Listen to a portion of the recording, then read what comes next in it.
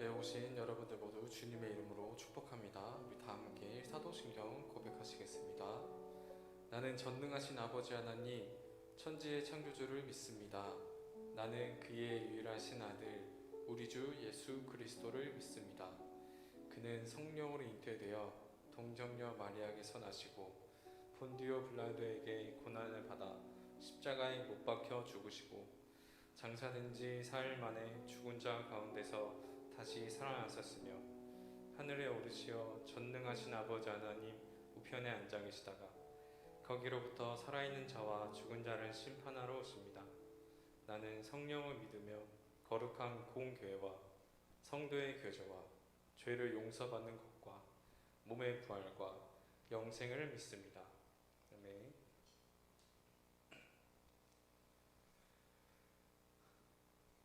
우리 이 시간 찬양하고 예배 드릴 때 하나님께 집중할 수 있도록 사단마귀 틈타지 않도록 강철 같은 마음으로 하나님께 집중하길 소망합니다.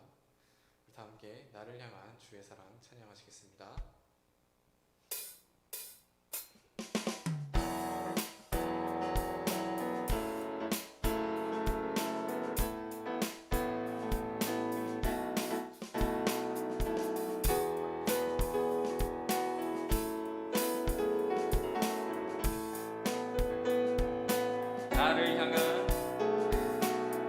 나를 향한 주의 사랑 산과 바다에 넘치니 내 마음 열 때 주님 나에게 참 자유 주셨네. 늘 진리 속에 거하며 나의 손을 높이 들고 언제나 주님의 사랑을 나를 향한 주의 사랑 산과 바다에 넘치니 내 마음 열 때 주님 나에게 참 자유 주셨네. 늘 진리 속에 거하며 나의 손을 높이 들고 언제나 주님의 사랑을 노래하리. 주의 사랑 노래하리라. 영원토록 노래하리라. 주의 사랑 노래하리라. 영원토록 노래. 나를 향한 주의 사랑 산과 바다에 넘치니 내 마음 열 때 주님 나에게 참 자유 주셨네. 늘 진리 속에 거하며 나의 손을 높이 들고 언제나 주님의 나를 향한 주의 사랑 산과 바다에 넘치니 내 마음 열 때 주님 나에게 참 자유 주셨네. 늘 진리 속에 거하며 나의 손을 높이 들고 언제나 주님의 사랑을 노래하리. 주의 사랑 노래하리라. 영원토록 노래하리라. 주의 사랑 노래하리라. 영원토록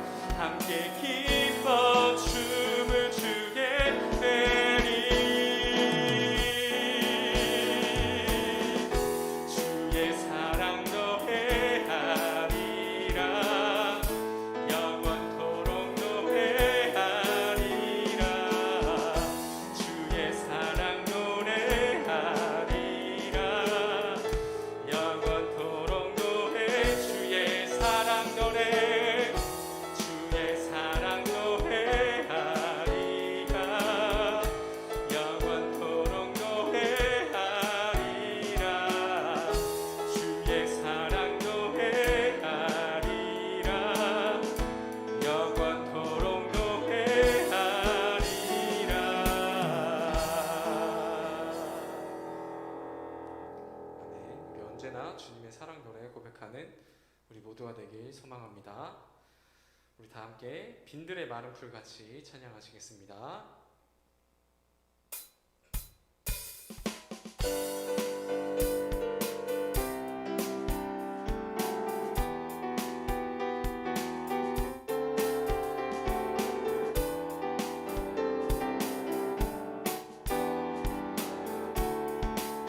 빈들의 마른 풀같이 빈들의 마른 풀같이 시들은 나의 영혼 주님이 허락한 성령 간절히 기다리네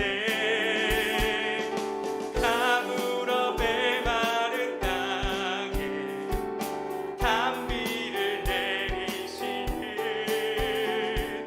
성령의 단비를 부어 새 생명 주 빈들의 마른 풀같이 빈들의 마른 풀같이 시들은 나의 영혼 주님이 허락한 성령 간절히 기다리네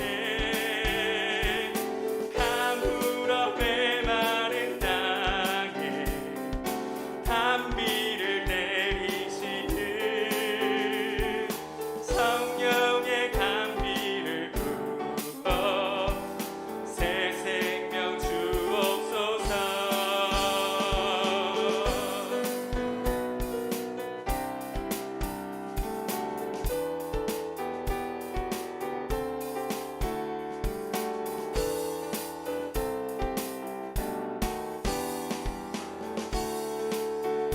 참되신 사랑의 언약 참되신 사랑의 언약 어길 수 있사오랴 오늘의 흡족한 은혜 주실 줄 믿습니다 가물어 메마른 땅에 단비를 내리시는 성령의 단비를 부어 새 생명 가물어 메마른 땅에 가물어 메마른 땅에 단비를 내리시는 성령의 단비를 부어 세세 참되신 사랑의 언약 참되신 사랑의 언약 어길 수 있사오랴 오늘의 흡족한 은혜 주실 줄 믿습니다 가물어 메마른 땅에 단비를 내리시는 성령의 단비를 부어 새 생명 가물어 메마른 땅에 가물어 메마른 땅에 단비를 내리시는 성령의 단비를 부어 새 생명 주옵소서.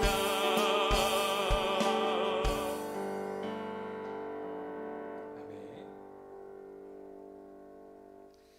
우리들의 메마른 땅에 주님이 은혜로 적셔 주실 줄로 믿습니다.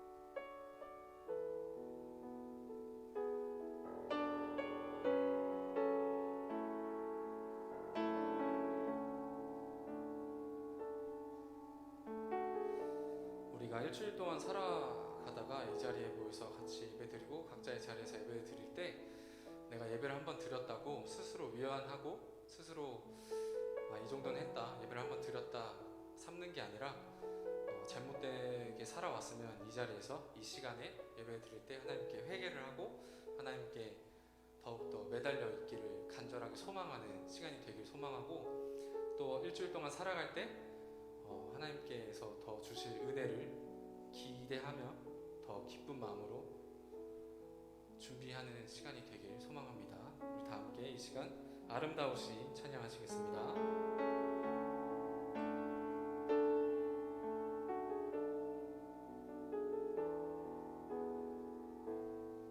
내 안에 주를 향한, 내 안에 주를 향한 이 노래, 영원한 노래 있으니 날 향한 주님의 크신 사랑 영원히 찬양하리라. 십자가 그 사랑, 십자가 그 사랑 찬양하리. 날 구원하신 그 사랑, 내 삶을 드려, 내 삶을 드려 찬양하리라. 놀라우신 주의 사랑 영원히 찬양하리라. 영원히 찬양하리라. 아름다우신, 오 놀라우신, 영원할 수 없는 사랑, 오 위대하신 하나님의 사랑 영원히 찬양하리.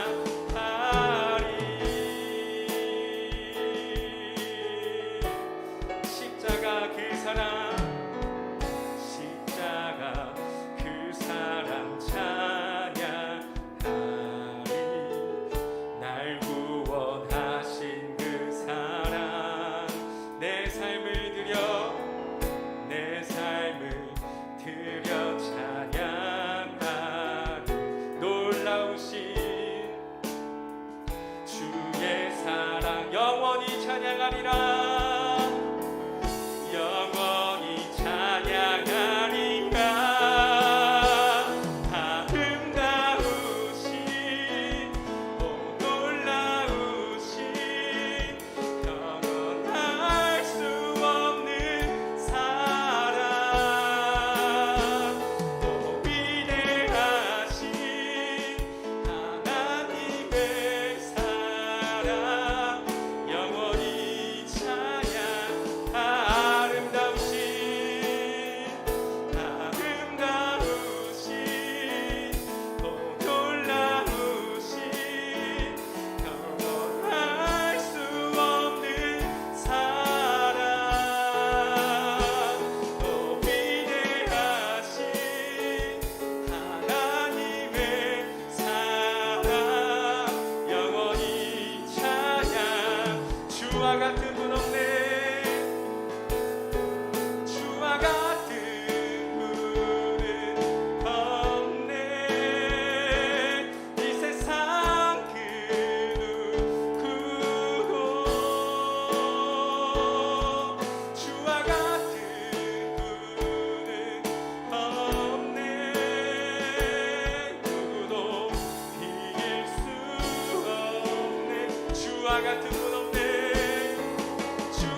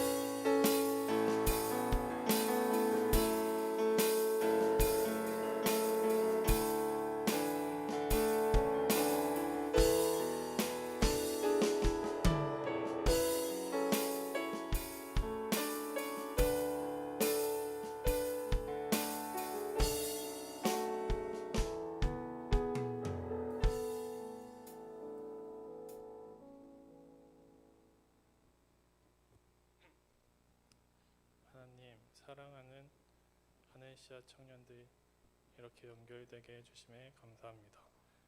저희들 진짜 크리스천이 되게 해주세요. 청년의 때에 하게 되는 많은 고민과 생각, 행동들 속에 하나님을 묵상함과 하나님을 의지함이 늘 깃들게 도와주세요. 말씀 읽는 거 재미없지만 그 말씀들 조금씩이라도 저희 마음에 새겨져서 진리 위에 세워져가는 하늘시아 청년부가 되게 해주세요. 하나님 사랑하고 이웃 사랑하면 된다고 하셨죠. 먼저 저희 속에서 그 사랑의 기쁨이 넘쳐나길 기도합니다.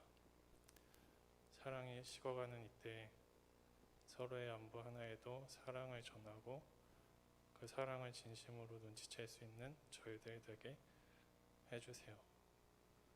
그리고 그 사랑을 힘입어 세상이라는 교회 속에서도 사랑함으로써 예수님을 나타내는 저희가 되게 도와주세요. 저희가 주님께 전혀 관심 없을 때, 심지어 주님을 멸시하던 철없던 때에도 저희를 먼저 사랑해 주심에 정말 감사합니다. 한결같은 그 사랑이 진실로 저희의 힘이 되고 자랑이 됩니다. 새롭게 뽑힌 임원 친구들과 권혁준 목사님을 통해 더 아름답고 사랑스러운 공동체를 만들어가 주세요. 오늘도 저희의 모임 가운데 성령님 말씀하시고 저희의 영혼을 잠잠히 흔들어 주세요. 예수님의 이름으로 기도합니다. 아멘.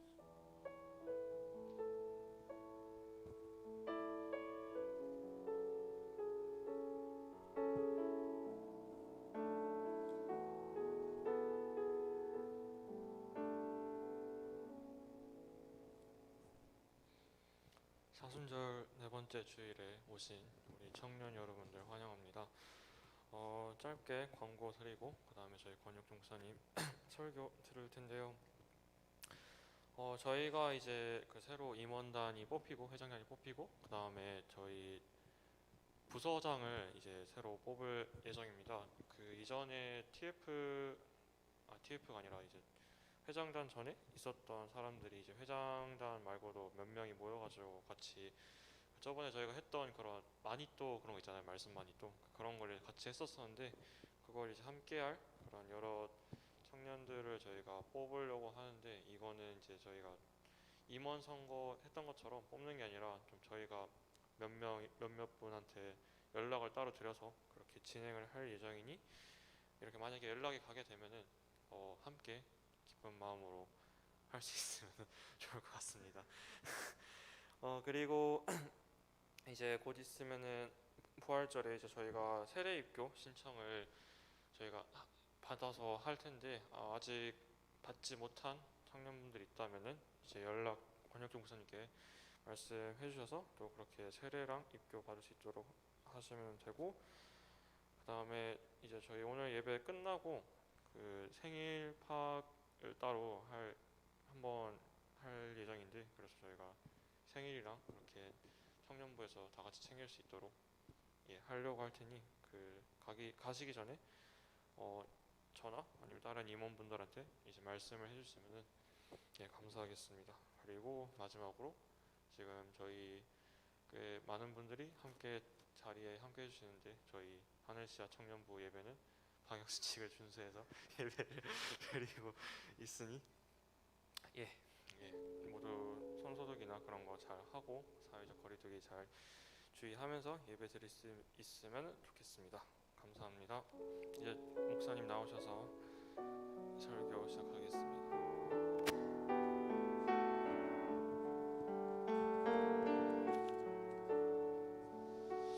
네, 함께 축복하겠습니다. 주님의 사랑이 함께 찬양할게요. 주님의 사랑이 당신을 통해 온 세상 가운데 전해지기를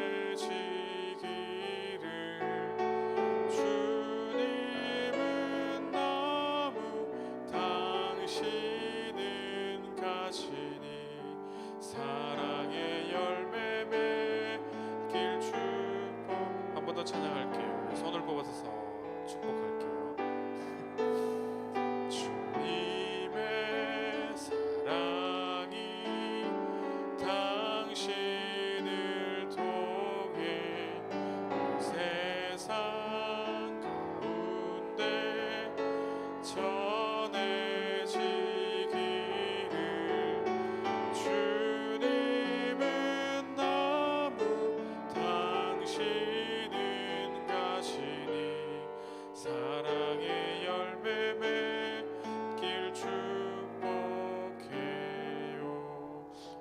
감사의 박수 드리겠습니다.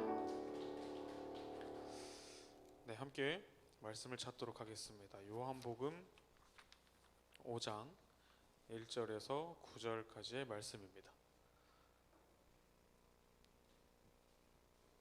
요한복음 5장 1절에서 9절까지의 말씀을 교독으로 함께 읽도록 하겠습니다. 제가 먼저 읽을게요. 그 후에 유대인의 명절이 되어 예수께서 예루살렘에 올라가시니라.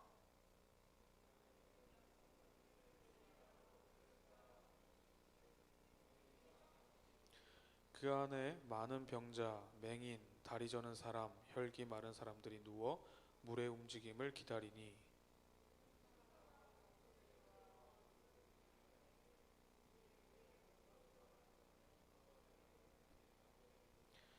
거기 38해 된 병자가 있더라.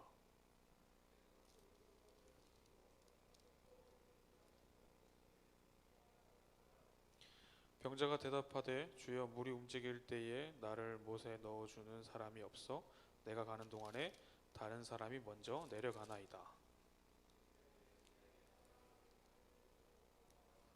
함께 읽겠습니다. 그 사람이 곧 나와서 자리를 들고 걸어가니라. 이날은 안식일이니 아멘. 네, 양손을 마음에 얹고 함께 고백하겠습니다. 이렇게 따라할까요? 나는 하나님의 사람입니다. 그 사랑이 내 마음에 있습니다. 그래서 나는 하나님의 사람입니다. 아멘. 감사합니다. 하나님의 사람답게 살아가시기를 소망합니다. 오늘은 지난주에 이어서 예수님께서 행하셨던 이적, 기적을 대해서 함께 나누려고 하는데, 베데스다라는 단어, 이 베데스다라는 이 단어를 아마 꽤 많이 들어보셨을 거예요. 그러니까 이 성경에 나와 있는 이 베데스다 이야기, 예수 연못 이야기 말고도 베데스다라는 이 말 자체를 아마 좀 들어본 분들이 계실 거예요. 뭐 예전에 옛날 같은 예전에는 뭐 베데스다 뭐 의원, 뭐 베데스다 안과 뭐 이렇게 해가지고 뭐 이런 되게 많은 그런 간판에도 붙어 있고, 뭐 좀 기독교 기업이면 뭐 베데스다라는 걸 자주 사용하기도 했어요. 그래서 이 베데스다가 굉장히, 그러면 이 베데스다 안에서 어떤 일이 있었고, 또 이 베데스다 안에서 이 또 어떤 예수님께서 이곳에서 어떤 이적을 행하셨길래 이 베데스다라는 것을 우리가 알고 있나라고 한번 좀 생각해봤으면 좋겠어요. 오늘 성경 그대로 이렇게 이 베데스다가 어떤 곳인지 한번 이야기 나눠보면 이래요. 양문 곁에 있는 이 베데스다라는 그냥 못이 있었는데, 그 연못에는 굉장히 많은 병자들이 있었어요. 근데 그 병자들이 그 연못에 모여 있는 이유가 이거라고 뭐 성경은 기록하고 있죠. 천사가 가끔 내려와서 물을 이렇게 탁 치거나 물을 이렇게 움직이게 하면, 그것을 움직이게 한 직후에 가장 그곳에 빨리 들어간 사람은 어떤 병에 걸렸든지 낫는다라는 전설이 있었어요.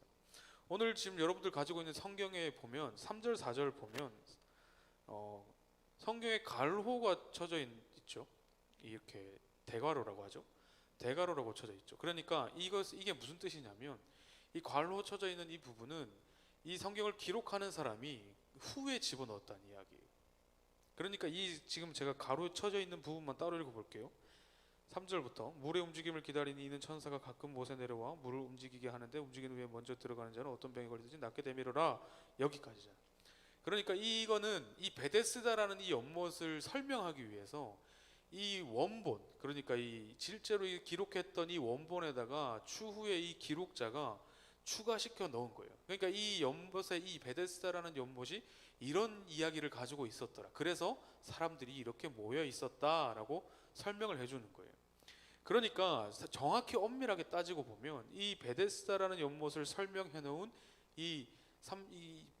천사가 내려와서 물을 이렇게 동하면 먼저 들어간 사람은 어떤 병인지 나았더라라는 이 말은 엄밀히 따지면은 이 성경의 원본이 아닌 거예요. 이해가 돼요? 여기까지 이해가 되시나요?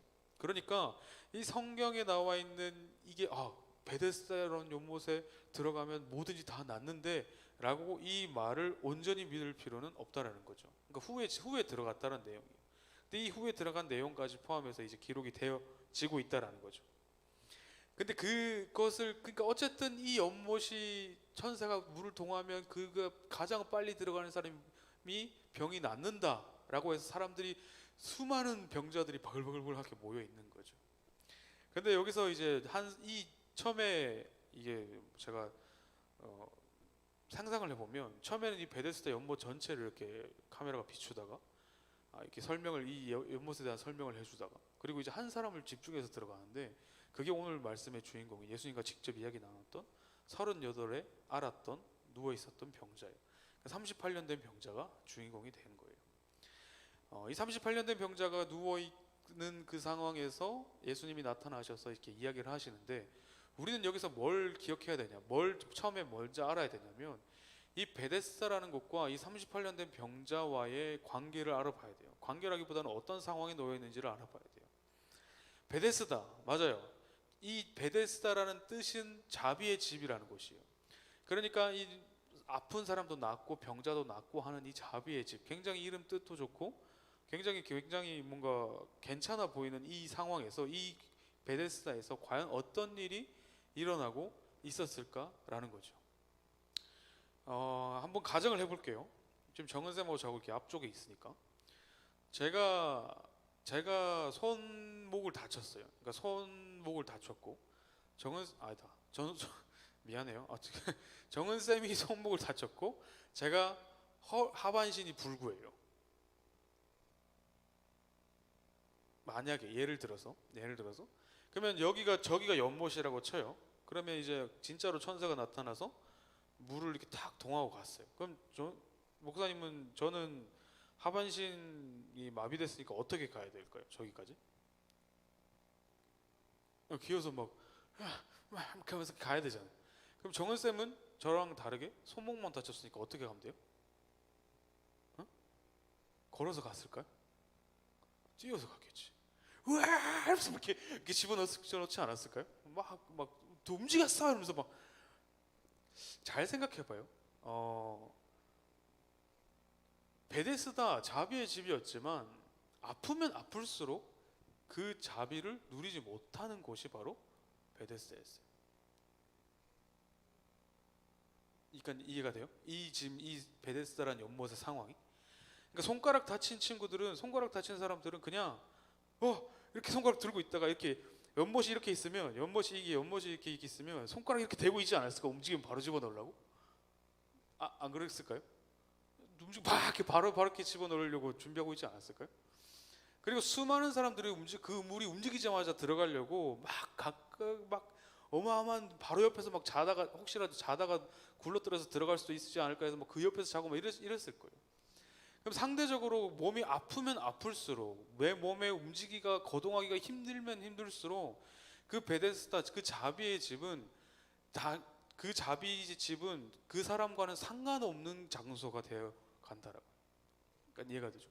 38년 된 병자가 38년이나 여기 누워 있었던 이유가 바로 여기에 있었던. 그러니까 내 몸이 덜 불편하면 덜 불편할수록 이곳은 자비의 집이 가까워졌고 그곳에서 내 몸이 힘들면 힘들수록 내 몸이 아프면 아플수록 내가 거동하기가 힘들면 힘들수록 그곳은 자비의 집이 아니라 치열한 경쟁의 자리였다는 거예요. 그러니까 사실 실제로는 그곳은 자비의 집이 아니었어요. 자비의 집이 될 수 없는 구조였다고요. 그리고 이 베데스다에서 38년 동안 누워 있었던 오늘 이 주인공을 한번 생각해 보자고요. 38년 동안 누워 있었어요. 제가 예전에 쌍꺼풀 수술을 한 적이 있는데 쌍꺼풀 속눈썹 이렇게 찔러가지고 속쌍꺼풀 지금 풀렸어요. 속쌍꺼풀 수술해서 이렇게 실밥 이렇게 해가지고 이렇게 했던 적이 있어요. 그래서 눈이 안 떠져가지고 한 이틀 정도 이렇게 누워 있었던 적이 있는데 굉장히 답답하고 힘들었어요. 화장실부터 해결을 해야 되는데 그것부터 이제 부모님이 도와주셔서 이제 가능한 상황이 됐죠. 38년 동안 누워 있었어요. 그러면 잘 생각해봐요. 38년 동안 누워 있었다는 것은 이 사람의 가족이나 지인이 있었다라는 거예요, 없었다는 거예요? 없었다는 거예요. 그러면 의식주부터 시작해서 그 사람이 막말로 화장실 가고 싶을 때는 이걸 어떻게 해결할 거예요? 누구한테 도움을 요청할 거예요? 38년 동안 누워 있었어요. 38년 동안 화장실 가고 싶어요. 누가 이 사람을 도와줄 건데? 그것에 모여 있는 사람들은 다 아픈 병자고 내가 먼저 들어가려고 준비하고 있는 자들이 이 38년 된 병자를 도와주러 갔다가 이게 움직이면 어떡해? 38년 동안 누워 있었다니까요. 38년 동안.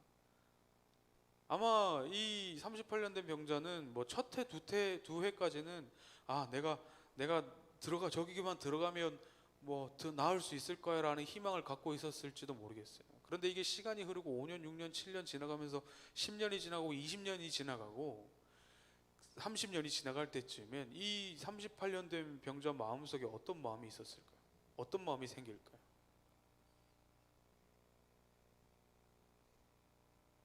다른 사람에 대한 원망이 가득하지 않을까요?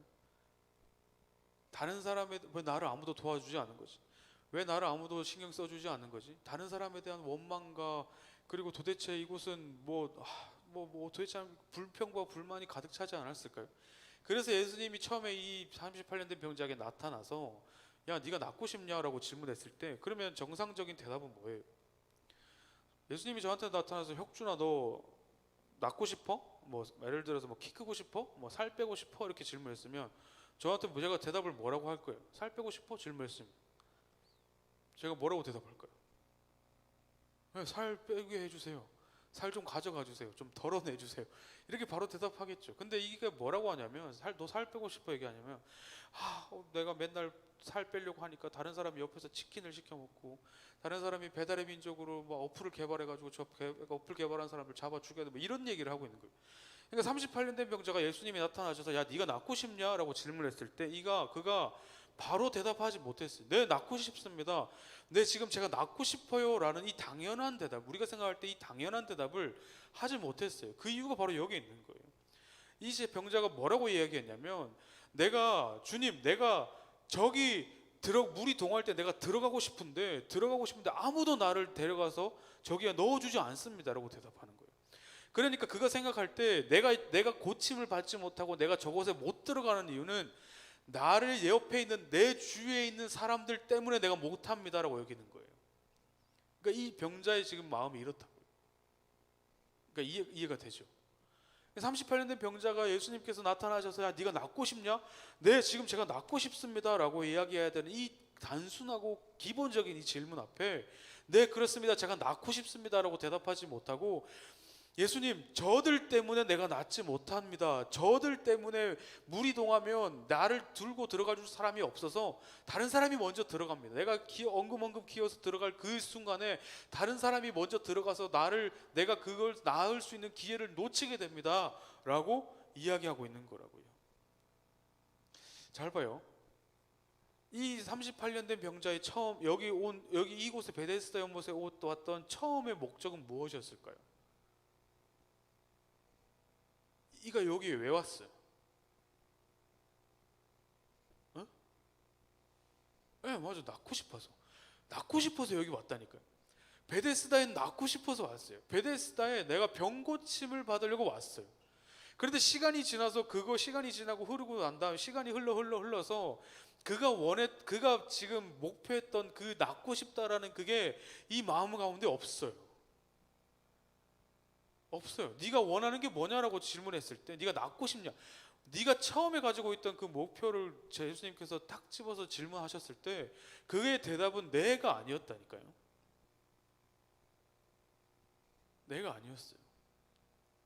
그리고 이 질문이 지금 예수님과 이 38년 된 병자에 만나서 했던 서로 이야기가 잘 읽어보면 이상해요. 예수님이 나타나셔서 야 네가 낫고 싶냐? 라고 질문하셨으면 이 병자가 네, 낫고 싶습니다 라고 대답 안 하는데 예수님 제가 저 다른 사람 때문에 제가 못 낫습니다. 못 들어가고 있습니다. 그래서 내가 아직도 지금 38년이나 누워 있습니다 라고 대답을 한단 말이죠. 그러니까 이 질문과 대답 자체가 이상해요. 네가 나을래? 라고 질문했을 때 예수님 제가 낫고 싶습니다 라는 대답을 못 하죠. 그렇게 이야기하고 또 거기에 대한 예수님의 대답은 또 더 이상해요. 그래? 그럼 네가 자리에 들고 일어나서 가. 너가 이제 자리를 들고 일어나서 걸어가라고 대답하는 거예요. 여기서 이 질문들도 이상해요. 질문과 대답도 지금 이상해요. 네가 나을래? 예수님, 제가 저 사람 때문에 제가 못 나요. 그럼 네가 일어나서 걸어가. 그러니까 질문도 이상하고 대답도 이상하고 다시 거기에 대한 대답도 더 이상한 구조가 지금 일어나는 거죠. 잘 봐봐요. 제가 왜 지금 이런 이야기를 말씀드리냐면 이거예요. 우리가 예수님한테, 우리가 하나님한테 원하고 바라고 구하는 것들이 있어요. 우리가 예수님한테 바라고 원하고 구하는 것들이 있어요. 그리고 그것이 나의 목표가 되고 나의 목적이 되고 예수님 앞에 기도하는 내 기도 제목이 된단 말이에요. 그 기도 제목을 가지고 막 계속 기도하고 열심히 기도하고 내가 예수님 이걸 들어주셨으면 좋겠습니다라고 생각하며 그것을 계속 이야기하고 하나님 그것을 가슴에 품고 이야기하다가 그게 계속 되지 않을 때가 되지 않는단 말이에요. 38년 동안 이것이 되지 않았을 때 이 38년 된 병자의 마음속에서 어느 순간부터 그것이 목적되지 않아요. 목표가 되지 않는 순간이 된다고요.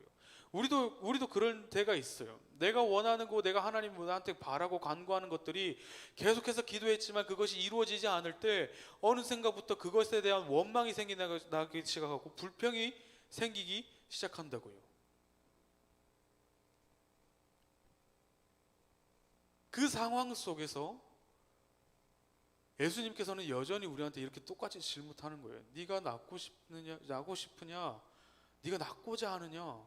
네가 원하는 게 뭐냐라고 질문하고 계시는 거죠.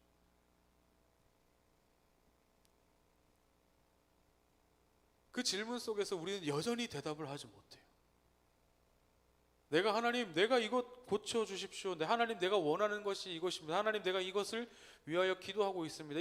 제 기도 제목이 이겁니다라고 명확하게 답을 하지 못하는 내 삶, 나의 상황을 보게 된다고요.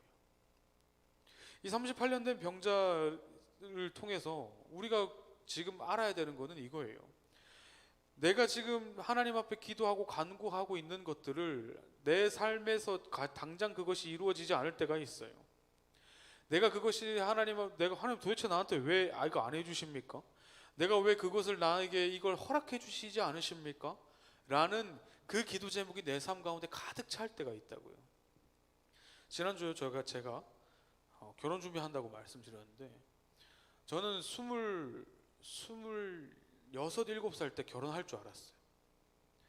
제가 20살 때 여자친구가 생겨서 1살 연상이었어요. 갑자기 연애 이야기가 나오네. 1살 연상 자매를 만나서 8년 동안 사귀었어요.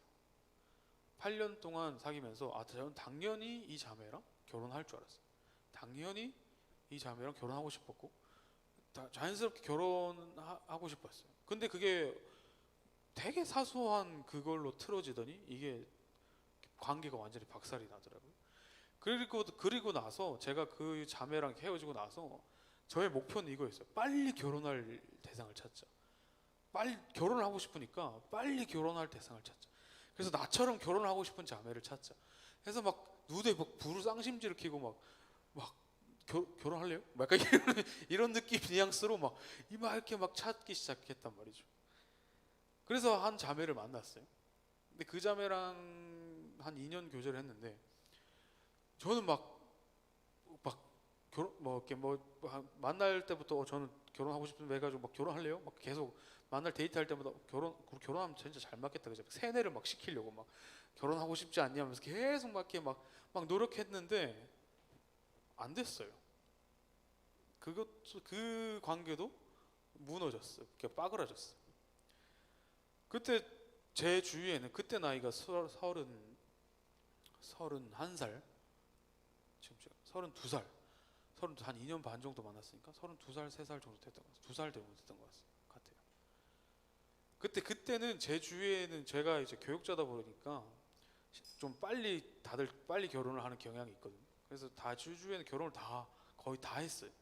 근데 저만 못하는 상황이 된 거죠. 그때 제가 하나님한테 이런 기도했어요. 하나님, 왜 나만 안 됩니까? 남들 다 쉽게 하는, 어렵지 않게 하는 그 결혼이 저한테 왜 이렇게 어렵습니까? 왜 나만 이렇게 힘들게 하십니까? 왜 나만 이렇게 안 되게 하십니까? 라는 그게 생각이 가요. 그래서 그 원망의 대상을 스스로에게 찾기 시작하고 막 세상을 향해서 이 세상이 이래서 나라가 이 모양이니까 내가 결혼을 못하는 거다 이러면서 막 말도 안 되는 막 핑계를 대고 막 말도 안 되는 불평불만을 막 쏟아내기 시작했죠. 그랬던 적이 있어요. 그때 제가 이 본문을 우연히 설교할 기회가 생겨서 그때 묵상을 하면서 내가 지금 내 꼴이 딱 지금 38년 된 병자 꼴이구나 싶은 생각이 확 들었었어요. 그때 되게 저 혼자 은혜를 되게 많이 받았는데, 내가 하고자 하는 그 무언가가, 내가 하고자 하는 그 어떤 일들이, 내가 계획하고 생각했던 그 많은 것들이 안 될 때가 있어요. 안 될 때가 있다고요. 그러면 이렇게 생각할 수 있죠. 하나님이 나를 좋아하지 않는가, 나를 사랑하시지 않는가 보다. 내가 이렇게 하는 것을 하나님이 원하시지 않는가 보다.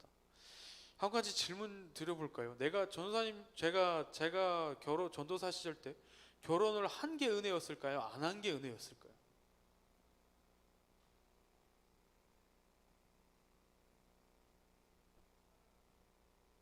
왜요? 못할 분명해요. 못할 것 같아서. 제가 결혼을 한 게 은혜였을까요? 안 한 게 은혜였을까요?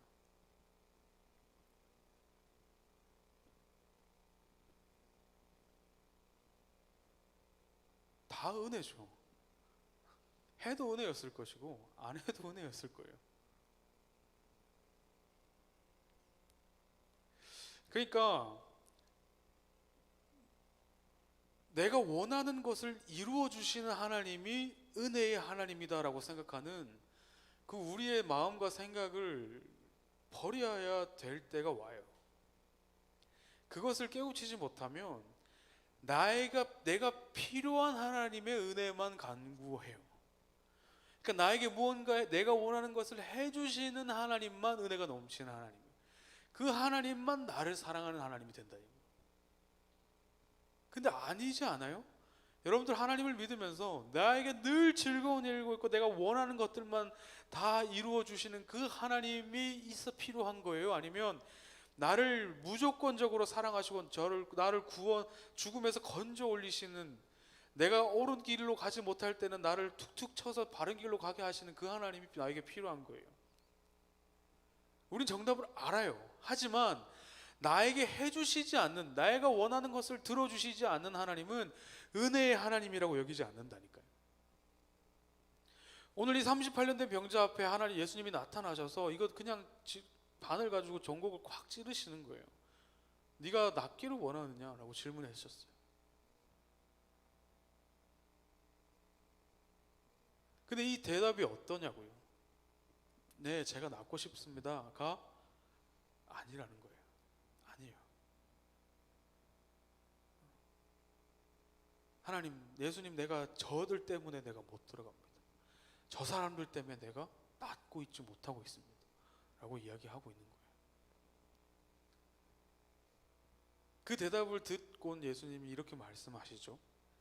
자리를 들고 일어나서 걸어가라. 그러면 이 병자가 이 아픔에서 낫는 것으로 이게 끝일까요? 그냥 병이 걸려 있다가 몸이 아프다가 병이 나은 것으로 끝나는 문제가 될까요, 이게? 아니에요. 아마 이 병자는 세상을 향한 분노와 나를 넣어주지 않고 나를 챙겨주지 않고 나의 의식주 따위에는 관심 없는 저들을 향한 분노가 어마어마했을 거예요. 그래서 내가 낫기만 하면 이들한테 복수할 거라고, 내가 낫기만 하면 두고 보자고, 내가 낫기만 하면 내가 모든 것을 다 동원해서 너네들 다 박살내버려 줄 거라고. 보통 이렇잖아요. 내가 은혜를 입으면 그 은혜를 나눠야지라고 생각하잖아요. 내가 베데스다 연못에서 들어가서 병은 고침을 나았으면 그러면 내가 다른 더 아픈 사람을 내가 거기에 연못에 넣어줘야지. 내가 예수님의 은혜를 받았으니까, 내가 고침을 받았으니까 내가 예수님의 은혜를 나누어주는 삶을 살아야지. 그 상황이 여긴 전혀 없었다니까요. 아예 없었어요. 아예 없었어요. 그러니까 이 38년 된 병자의 분노가 끝까지 차고 있는 거예요. 그러니까 똑같이 이 병자도 내가 낫기만 하면 보자, 낫기만 하면 봐, 이걸로 이 마음으로 가득 차 있었을 이 병자한테 예수님이 말씀하시는 거죠. 그것을 자리를 들고 일어나 떠나라고 말해요. 잘 봐요. 여기서 우리가 생각할 때 좀 바뀌는 게 있잖아요. 좀 다른 게 있잖아요. 보통 은혜를 경험하면 야, 그 은혜를 거기서 나눠라고 이야기할 것 같잖아요. 야, 네가 은혜를 얻은 만큼 은혜를 누렸으니까 그 은혜를 거기서 너도 다른 사람이 물에 동할 때 다른 사람을 넣어주고 도와주렴이라는 말이 더 맞지 않아요? 그 말이 더 자연스럽지 않아요? 아니에요? 나만 그래요? 근데 예수님은 들고 가래요. 떠나래요. 자리를 들고 일어나서 가라.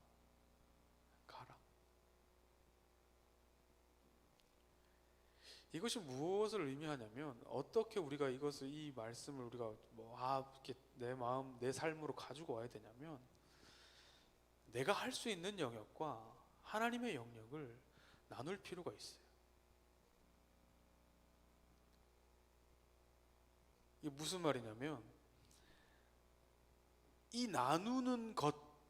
내가 최선을 다해야 될 부분, 내가 할 수 있는 부분과 하나님이 하실 수 있는 부분을 우리는 은연중에 나누고 있어요. 이게 좀 어렵나요? 이 말이? 하나님이 이거는 내가 어려운 일이 이렇게 여러 가지 일을 당했을 때 하나님한테 바로 탁 기도하는 케이스가 있고, 하나님한테 바로 기도하지 않은 경우가 있어요. 그렇지 않나요? 저만 그래요? 저만 믿음이 없는 사람이? 어떤 일은 하나님이 바로 찾아줘요. 하나님 저 도와주십시오. 근데 어떤 일은 하나님 생각 하나도 안 나요. 그 마음을 자세히 들여다보면 내가 하나님의 하실 수 있는 그 능력을, 하나님이 하실 일을 내가 나누고 있어요. 내가 나누고 있는 거예요. 하나님이 여기까지는 하실 수 있구나. 하나님은 여기까지 이거는 못 하시는구나. 내가 은연중에 이 하나님의 능력을 나누고 있는 거예요. 근데 예수님께서 오늘 이 병자에게 이렇게 말씀하시는 거죠. 그거 네가 할 일 아니까 가라고. 너가 어설프게 은혜를 나눈다라고 이야기하는 그것 말고 그냥 나눠라. 이거는 하나님의 내 일이니까 놔두고 너는 가라라고 말씀하시고 계시는 거예요. 사랑하는 여러분, 우리가 하나님을 믿고 하나님을 따르고 예수 그리스도를 향해 한 걸음 한 걸음 걸어가다 보면 절대로 좋은 일이 일어나지 않아요. 좋은 일만 나타나지 않아요. 예수님을 믿을 때 즐겁기만 하지 않아요. 사도 바울이 복음을 전하기 전보다 복음을 전하고 난 후의 삶이 더 비참했어요. 이 사복음서를 이후에 나오는 이 사도행전부터 쭉 읽어가다 보면 사도 바울은 예수님을 만나기 다메섹 도상에 다메섹으로 가는 그 길 위에서 빛으로 오신 예수님을 만나기 전에 잘 나가던 사람이었어요. 예수님을 믿는 사람을 때려잡으러 다는 사람이었다니까요. 근데 성경에 단 이런 말이 한 줄도 적혀 있지 않아요. 예수님을 믿는 사람을 때려잡으러 갈 때 그 바울이 다치거나 누구에게 맞거나 누구에게 혼나거나 죽을 뻔한 고비를 경험했다라고 성경은 적고 있지 않아요. 그런데 이상하게 다메섹으로 가는 그 길에서 빛으로 오신 예수님을 만나고 난 이후에는 몇 번이나 죽을 고비를 5번이나 죽을 고비를 넘기고 매 맞고 맨날 살해의 위협을 피해서 도망다니고, 그러니까 예수님을 믿는 사람을 때려잡으러 갈 때는 그런 일들이 일어나지 않다가 너무 평온한 삶을 살다가 내가 하고 싶은 대로 일을 잘 행하다가 예수님을 믿고 나서 예수님을 전하는 삶으로 내 삶이 바뀌었을 때는 그의 삶이 완전히 개판이 되는 거예요. 맨날 살해 위협당하고 감옥에 갇히고 죽을 뻔하고 겨우겨우 도망쳐서 나가고 결국 죽잖아요. 순교하잖아요. 우리는 이러한 예수 그리스도를 믿는 또 같은 예수님을 믿는 사람들이라고요. 바울이 믿었던 예수님을 우리가 믿는 거라고요. 그런데 내 삶에 계속 좋은 일들만 일어나기를 원해요. 좋은 일만 일어나지 않아요. 38년이나 누워 있을 수도 있어요. 38년이나 누워 있을 때가 있을 수 있다고요. 나중에 차차 제가 이야기 나누겠지만 저희 집은 예수 믿고 망했다라고 망했어요. 예수 믿고 망한 집이에요. 저희 아버지가 신학교 가는 순간 저희 집이 망했어요. 망했어요. 제가 그거 이야기하면 참 길겠지만 예수님 믿고 망한 집이 있어요. 그러니 내가 원하는 것을 주시는 하나님을 믿지 않으시기를 소망해요. 내가 바라는 것을 주시는 하나님을 믿지 않으시기를 소망해요. 그건 우상이에요.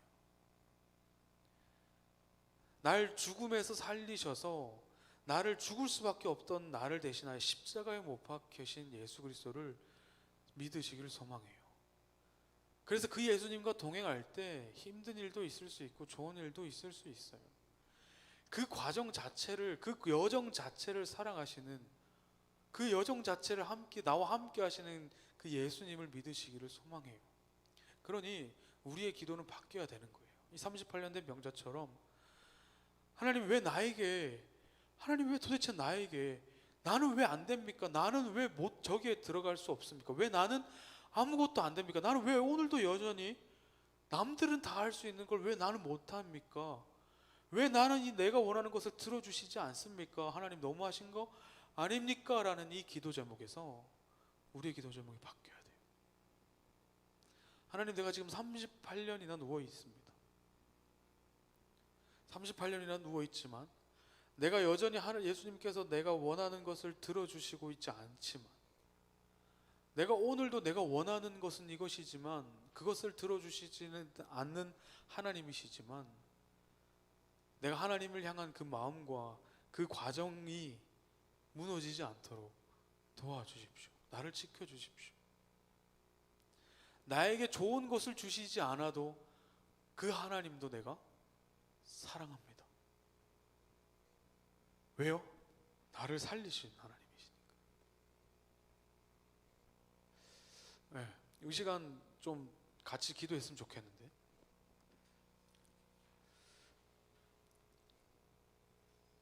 저를 좀 봐주세요. 잠깐만 기다려봐요. 이렇게 좀 기도하셨으면 좋겠어요. 우리가 원하는 것을, 내가 원하는 것을 들어주시지 않는 하나님을 경험하셨으면 좋겠어요. 너무 힘든 고백인가요? 너무 어려운 고백인가요? 물론 그게 내가 원하는 거 다 안 들어주시겠지 이런 게 아니라, 내가 원하는 것을 들어주시는 하나님이 아니라 하나님의 뜻에 따라 내 삶이 움직이는 여러분의 삶이 되길 원해요. 그러니까 내 뜻을 맞춰서 하나님이 이거 해주시고 저거 해주시고 이거 해주시고 저거 해주시고 하는 그거를 내가 누리는 삶이 아니라, 내 뜻이 아니라 하나님이 내 삶을 이끌어 가 주시고 계시는 것을 경험하는 여러분 되셨으면 좋겠어요. 하나님이 내 삶을 이끌어 가 주실 때 내가 생각할 땐 좋은 일이 있을 수 있고, 내가 생각할 때 안 좋은 일이 있을 수 있어요. 제가 예전에 아까 얘기했던 것처럼 그때 결혼했으면 좋았을까요? 안 좋았을까요? 이 질문 자체가 의미가 없는 질문이 된다니까요. 이렇게 해도 하나님과 함께라면 하나님, 전 감사합니다. 나와 함께 해주시는 하나님, 내가 원하는 것 반대로 이렇게 갔지만 그래도 이것이 하나님의 계획이라면 저는 순종하겠습니다. 이 고백이 우리의 고백이 되어야 돼요. 그러니까 내가 원하는 것을 들어주시지 않는 하나님이라면, 내가 이거 해주십시오 이거 해주십시오 해서 내가 원하는 이것을 딱 들어주시지 않는 하나님이라면 필요 없는 하나님이 아니잖아요. 그거 안 들어주시면 하나님이 아닌 거예요. 그거 안 들어주시면 내 삶에 필요 없으신 분이에요. 그거 안 들어주시면 내 삶을 죽음에서 건지신, 이 나를 구원해 주신 십자가 그 보혈 그 사랑은 아무런 필요가 없는 거예요. 의미가 없는 거예요. 내가 원하는 거 안 들어주면 이 십자가의 사랑은 필요 없는 거냐고요. 아니라고요. 아니에요. 십자가의 사랑으로 내가 구원받고 내가 살림 받았던 그 순간부터, 예수 그리스도가 십자가에 못 박혀 피 흘리 내 죄를 대신하여 죽으신 그 순간부터 내 삶이 이렇게 가도 저렇게 가도 하나님이 나의 삶을 이끌어 가 주신다면, 내가 하나님의 사람으로 하나님과 동행하는 삶을 산다면 그걸로 충분한 거예요. 그 고백이 여러분들 고백 되셨으면 좋겠어요. 이 고백이 진짜 중요한 고백이에요. 하나님, 내가 원하는 거 들어주십시오. 이런 수준이 낮은 기도를 하지 마시고, 하나님, 내가 어느 곳으로 갈지 모르겠지만, 내가 어떤 곳으로 방향으로 갈지 모르겠지만, 내가 그곳이 하나님과 함께라면 그 어느 곳이든지 내가 갈 수 있는 믿음 허락하여 주십시오. 내가 원하는 것을 따라 사는 인생이 아니라 하나님이 원하는 것을 따라 사는 인생 될 수 있도록 도와주십시오. 만약에 38년 된 병자 앞에 39년이 돼도 예수님이 안 나타났을 수도 있고 40년이 돼도 안 나타났을 수도 있어요. 그럼 예수님은 능력이 없으신 분이에요? 그럼 예수님은 하나님이 아니신 거예요? 아니라고요. 이렇게 기도하셨으면 좋겠습니다. 하나님, 내가 어느 곳을 가든지 어떤 곳을 가든지 내가 원하는 것을 들어주시는 하나님이든지 들어주시지 않는 하나님이든지 내가 그 하나님과 함께 동행하기를 원합니다. 그 하나님을 사랑합니다. 그 하나님이 나와 함께하게 도와주십시오 라고 이 시간 함께 좀 기도하셨으면 좋겠어요. 여러분들의 목소리가 여러분들의 귀에 들릴 정도로 해서 함께 기도하셨으면 좋겠습니다. 기도합시다. 사랑하는 하나님, 이 시간 아버지 크신 하나님의 은혜를 구합니다. 하나님 앞에 하나님이 말씀하시는, 그리고 내가 원하는 그 어떤 것들을 행하지 못하고 내가 그 원하는 어떤 것들을 들어주시는 하나님만 내가 원하고 있지는 않았는지, 하나님, 내가 원하는 것만 들어주시는 하나님이 아니라 내가 원하는 것이든 원하지 않는 것이든 그 어떤 것을 들어주시는, 내가 어떠한 삶을 살아가는지 간에 하나님께서 나와 동행하신다면, 하나님께서 나와 함께 하신다면 그것을 인하여 기뻐하며 그것을 인하여 행복해하며 살아가는 아버지 제가 될 수 있도록, 저희들이 될 수 있도록 하나님 아버지 인도하여 주시옵소서. 지금까지는 내가 원하는 것만 들어주시는 하나님만을 구해왔고 내가 원하는 것만 행하여 주시는 그 하나님을 의지하며 살았습니다. 그렇게 해주시지 않으면 은혜의 하나님이 아니요, 내가 원하는 것을 들어주시지 않으면 그 하나님이 능력이 없는 것처럼 내가 하나님을 판단한 적도 있습니다. 하나님, 오늘 이 말씀을 통하여 그것이 아닌 것을 알게 되었으니 하나님, 들어주시든 들어주시지 않든 내가 생각하기에 좋은 일이든 좋지 않는 일이든 하나님, 그 하나님을 내가 나를 죽음에서 살리신 그 하나님을 내가 따라가며 살아가길 원하오니 하나님 앞에 내가 그 살렸었던 그분, 나를 위해 죽으셨던, 나를 위해 십자가에 못 박혀 주셨던 그 부분을 생각하며 그 피 흘림을 생각하며 그 보혈을 생각하며 하루하루를 살아가는 우리 저와 우리 청년들 될 수 있는 아버지 인도하여 주시옵소서. 한 번 더 기도하셨으면 좋겠는데,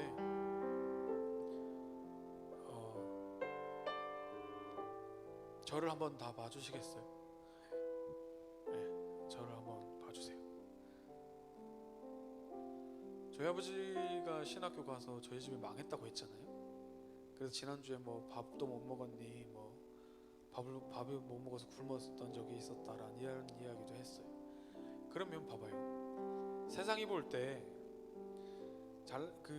저희 아버지가 현대중공업 다니셨는데, 현대중공업이라는 이제 정년이 보장되어 있고 이제 미래가 보장되어 있는 그 직업을 때려치고, 그리고 뭐 퇴직금 이런 것들은 다 다른 개척교회, 본인도 이제 개척하실 거면서 다른 개척교회, 어려운 가난했던 교회 다 헌금하시고, 저희 어머니가 어린이집도 좀 크게 하셨는데 그것도 다 정리하시고 그걸 다 다른 이제 어려운 교회, 선교지 이런 데 다 보내시고, 저희 집에 있는 돈이란 돈은 다 없애신 거죠. 완전 제로 베이스로 만드신 거. 그럼 잘 봐봐요. 세상이 볼 때 저희 집은 완전 망한 집이에요. 완전 멍청한 집, 어떻게 가장이라는 양반이 어떻게 저런 저런 말도 안 되는 선택을 할 수 있냐고. 세상이 저희들을 향한, 심지어 같은 교회 저희 고모들이 권사님들이신데 저희 아버지를 때리시면서 야 미쳤냐고, 그 회사 때려치고 네가 뭐 한다고 갑자기 목사는 무슨 네가 목사하냐. 심지어 믿는 가족들도 저희 가정을 향해서 손가락질하고 망했다 했어요. 망했죠. 실제로 세상이 볼 때 망했어요. 근데요 저희 집이 망한 다음에 저희 집에 한 작은 이제 가정 예배가 생겼어요. 가족끼리 모여서 드리는 예배가. 근데 그 가정 예배 드릴 때마다 하나님께서 저희 가정을 회복시키시는데, 그냥 말씀만 읽어도 다, 물론 힘들어서 운 것도 있겠지만 한 말씀 한 말씀 읽는데 읽지를 못하겠네. 다들 막 운다고, 말씀이 막 우리 삶을 막, 우리 가정을 막, 하나님의 사랑이 막, 우리 지금 세상에 볼 때 망했는데 진짜 밥이 없어서 막 굶고 있는 우리 집이 세상에 볼 땐 망했는데 성경을 읽는데 얼마나 그 하나님의 사랑이 우리 가정을, 내 식구를 덮는지, 제가 지금 어떻게 말로 설명할 수 없는 그 기쁨과 막 하나님 우리를 이렇게 사랑하셨냐고. 세상이 볼 때 하나님이 버린 가정이었어요. 아니, 하나님을 믿겠다고, 하나님 더 잘 믿겠다고 신학교 가겠다는 저 집을 하나님께서 완전히 망하게 하셨다고. 근데 내 가족은 가정 예배 드릴 때마다 하나님의 사랑이 막 제 마음이 터질 것 같이 막 쏟아 부어 주시는 거예요. 네. 그렇게 우리 가정을 회복시켰어요. 그래서 저희 가정 네 식구인데, 이건 뭐 다른 얘기지만 지금 목사님이 2분이시고, 저 포함해서 목사님이 2분이시고, 전도사님이 1분이시고 그래요. 세상에 볼 때 망한 가정이었지만 저는 그때가 제일 행복했어요. 너무너무 행복했어요. 여러분, 세상이 볼 때 여러분들의 인생이 아닌데, 저거 아닌데, 저거 아닌데라고 하는 때가 있어요. 내가 살아가다 보면. 근데 우리는 언제나 늘 하나님의 손에 붙잡혀 있는 걸 기억하셔야 돼요. 지금도 나는 하나님과 함께 걸어가고 있는 거를 기억하셔야 돼요. 내가 세상이 볼 때 우리 집이 완전 망했지만, 세상이 볼 땐 내가 하는 것이 지금 잘못되고 있지만, 너 왜 그렇게 하냐, 너 왜 그렇게 하냐라고 손가락 받을 만한 그런 내 삶이지만 기억하셔야 돼요. 하나님이 지금도 나를 사랑하고 계시고 나와 함께 동행하고 계시고 나를 절대로 놓치지 않으시는 거, 그거 기억하셔야 돼요. 그래서 이 시간 함께 기도하실 때 이렇게 기도하셨으면 좋겠어요. 하나님이 나와 함께 하신다는 거 기억하게 하십시오. 하나님이 오늘도 나를 절대로 놓치지 않는다라는 것을 기억하게 하십시오. 세상이 바라볼 때, 다른 사람이 바라볼 때, 내 주위의 사람들이 나를 바라볼 때 손가락질 할 만한, 야 너는 도대체 왜 그렇게 사냐고 말하는 그 인생을 내가 비록 지금 살고 있지만, 그 길을 내가 지금 비록 걷고 있지만, 하나님, 이게 지금 하나님과 함께 걸어가는 길인 줄로 믿습니다. 이 고백이 여러분들의 입술에서 나오시기를 소망해요. 이 고백이 여러분들의 고백 되셨으면 좋겠어요. 하나님, 나와 함께 계신 거 기억하게 하십시오. 내가 지금 힘들고 넘어지고 내가 아무것도 아니고 내가 혼자 있는 것 같은 이 시간에도 하나님 나와 함께 계십니다.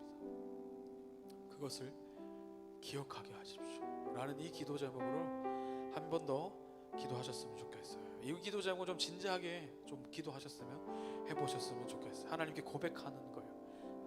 함께 기도합시다.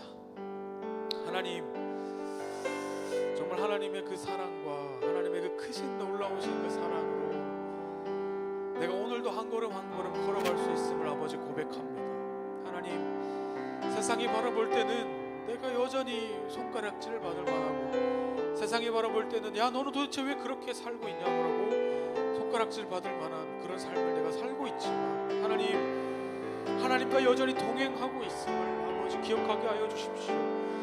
이 사순절 기간 예수 그리스도가 십자가에 못 박혀 죽으신 이유가 바로 나 때문이라는 것을 기억하게 하여 주시고 내 삶을 하나님께서 세워주시기 위하여 하나님께서 나를 지금도 함께하고 계심을 아버지 기억하게 하시고 그 믿음으로 오늘날 한 걸음 한 걸음 이 세상을 한 걸음 한 걸음 걸어가는 저와 우리 여기 모여 함께 모여 기도하는 온라인으로 함께 모여 기도하는 예배드리는 우리 청년들 될 수 있도록 아버지 인도하여 주시옵소서. 세상이 바라볼 때 하나님이 보는 시선이 아니라 세상의 시선으로 바라볼 때 비참한 내 삶이지만 말도 안 되는 내 삶이지만 여전히 어렵고 힘들어 보이는 내 삶이지만 하나님 그것이 전부가 아니라 하나님께서 나와 여전히 함께 계신다라는 그 믿음의 고백이 우리의 삶에서 우리의 입술에서 터져나올 수 있도록 하나님 여기 앉아 모여 함께 예배드리는 우리 청년들의 마음을 붙잡으시고 믿음을 허락하여 주시고 세상을 바라보는 눈을 허락하신 것이 아니라 하나님을 바라보는 눈을 허락하셔서 세상에서 하나님을 바라보며 이 땅을 살아갈 때 하나님을 바라보며 살아가는 세상에 파묻혀 세상만 바라보며 살아가는 것이 아닌 이 세상 속에서도 하늘의 것을 바라보며 하늘에 계신 하나님을 바라보며 살아가는 아버지 저희들 될 수 있도록 하나님 아버지 인도하시고 도와주시옵소서. 사랑하는 하나님 이 시간 참 감사합니다. 이 사순절을 지내고 있는 이 기간 하나님의 사랑을 더욱더 느끼게 하여 주시니 감사합니다. 하나님 저희가 세상을 살아갈 때 우리의 삶이 남들보다 못하게 여겨지고 남들은 다 하는데 나만 안 되는 것 같은 남들과 세상이 나에게 손가락질하고 왜 너는 그렇게 살고 있냐라며 이야기하는 그런 삶을 살아갑니다. 그런데 하나님 그럼에도 불구하고 우리가 괜찮은 것은 상관없는 것은 죽을 수밖에 없었던 나를 살려주셨던 그 하나님의 사랑이 하나님이 오늘도 여전히 나와 함께하고 있음을 믿기 때문입니다. 나를 살려주신 그 하나님이 오늘도 나와 동행하시고 죽을 수밖에 없었던 나를 구원해 주신 그 예수 그리스도의 보혈 그 예수 그리스도의 사랑이 오늘도 나와 함께하고 있기에 비록 세상이 바라볼 때는 조금 못한 것 같고 세상이 바라볼 때는 여전히 말도 안 되는 것 같지만 그럼에도 불구하고 하나님만 바라보며 살아가는 저와 우리 청년들 될 수 있도록 아버지 인도하여 주시옵소서. 세상의 것을 구하는 것이 아닌 하나님의 것을 구하며 살아가는 인생들 될 수 있도록 하나님께서 축복하여 주시옵소서. 하나님 너무 사랑합니다. 이제는 우리 주 예수 그리스도의 은혜와 하나님 아버지의 사랑과 성령의 교통하심이 오늘도 하나님의 사랑을 힘입어 한 걸음 한 걸음 걸어가는 여기 앉아 함께 모여 예배드리는 온라인으로 예배드리는 우리 청년들 머리 위에 이제로부터 영원토록 함께 하시기를 축원하옵나이다. 아멘.